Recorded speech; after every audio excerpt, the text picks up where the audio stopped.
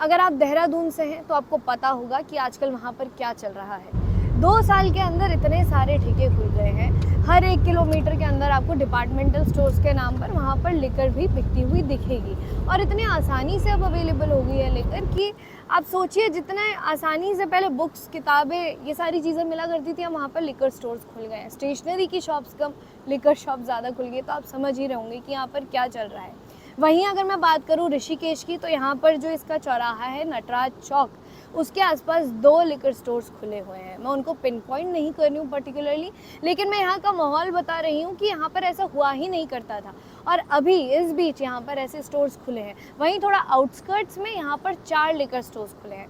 तो आप देखिए कि देवभूमि के अंदर जहाँ पर लोग पूजा पाठ करने आते हैं, जो अन्य कार्य करने के लिए आते हैं पूजा पाठ से रिलेटेड, वहाँ पर ये सारी चीज़ें भी शुरू हो रही हैं। उत्तराखंड में सरकार की कमाई की पॉलिसी का हर रास्ता इसके मूल स्वरूप को बर्बाद करने से ही क्यों गुजरता है।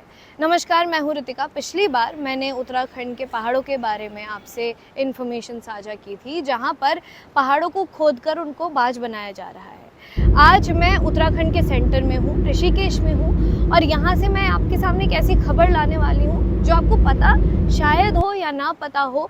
और ये खबर एकदम ऐसी है क्योंकि उत्तराखंड में जहाँ पर ये बातें उठाई जा रही हैं कि इसको नशा मुक्त एक स्टेट बनाना है, उसको यहाँ पर कैसे यहाँ पर नशा हर 2 किलोमीटर में, हर 1 किलोमीटर में, इनफैक्ट आधे किलोमीटर में आपको यहाँ पर नशों की अवेलेबिलिटी होगी।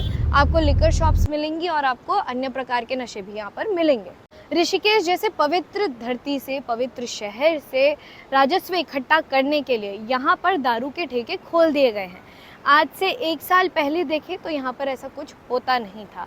इसके बारे में आपको मैं इन्फॉर्मेशन आगे वाले वीडियो में देती रहूँगी। जिस धरती पर शंख का नाद होना चाहिए, ओम की गूंज होनी चाहिए, जहाँ पर लोग डिटॉक्स करने आते हैं, योग करने आते हैं। अभी 21 जून को ही आपने देखा कि यहाँ पर योगा फेस्टिवल बना था, जहाँ पर ये सब होना चाहिए। उस धरती पर कैसे यहाँ पर अल्कोहल बिक रही है और कैसे लोग यहाँ पर ख़रीद रहे हैं, और ऐसी छोटी छोटी जगह है, इनफैक्ट वहाँ पर रेव पार्टीज़ होती हैं। यहाँ पर लोग बाहर से आ रहे हैं तो वो दारू पी रहे हैं। यहाँ पर लोगों की बोली में ओम की गूंज तो चलिए थोड़ा इस जहाँ पे मैं खड़ी हूँ वहाँ पे सुनाई दे रहा है, लेकिन सेंटर ऑफ द सिटी जहाँ पर लोग आस्था से नहीं आ रहे हैं, उनके अंदर आस्था नहीं है, वो सिर्फ ये करने आ रहे हैं कि वो यहाँ पे पार्टी करने आते हैं। तो ये सोचने वाली बात है कि क्यों ऐसी धरती पर, ऐसी पावन धरती पर ये स्टोर्स खोले जा रहे हैं।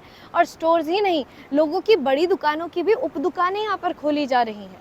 और इसका जो हमने पूरा फैक्ट चेक किया है, जो पूरा हम लोगों ने इसके बारे में डिटेल्स देखी है, जो खुद निकली हैं, उसके बारे में मैं आपको बताऊंगी आगे, जब मैं खुद उन लोकेशंस में जाऊंगी और ये इन्फॉर्मेशन गैदर करूंगी। और हाँ, अगर मैं आपसे ये डेटा शेयर करूं कि इस पूरे राज्य को दारू भूमि में कैसे कन्वर्ट किया जा रहा है, तो उसका डेटा निकाल के ये पता चला है कि लगभग 4400 करोड़ साल 2024 से 2025 के लिए यही सरकार का टारगेट है। उससे पहले सरकार 4000 करोड़ रुपए कमा रही थी, यानी एक्स्ट्रा 400 करोड़ में राज्य को देवभूमि से दारू भूमि बना दिया जाएगा। इसमें मज़ेदार बात यह है कि लाइसेंस कैसे आबकारी नीतियां आने से पहले बांट दिए गए और कैसे उसके बाद उन नीतियों के लिए नियमों की तिकड़म बिछाई गई, वो सब तो आप लोग आरटीआई से पता भी कर सकते हैं कि जिन लोगों के पास 2023 से 24 में लाइसेंस थे, क्या उन सभी ने इस साल का राजस्व भी जमा कराया? ये तो सोचने वाली बात है।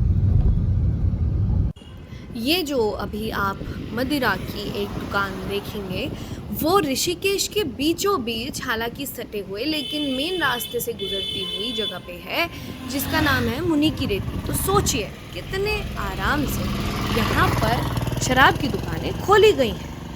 ऋषिकेश को अगर योग नगरी बोला गया है तो इसके साथ वैसा ही बर्ताव किया जाना चाहिए। कुछ चंद पैसों के लिए इस जगह को, यहाँ के लोगों को या बाहर से आए लोगों को यहाँ पर बर्बाद होने का मौका नहीं दिया जाना चाहिए। आप लोग भी इसके लिए आवाज़ उठाइए और ऋषिकेश को एक पिकनिक डेस्टिनेशन बनने से रोकिए।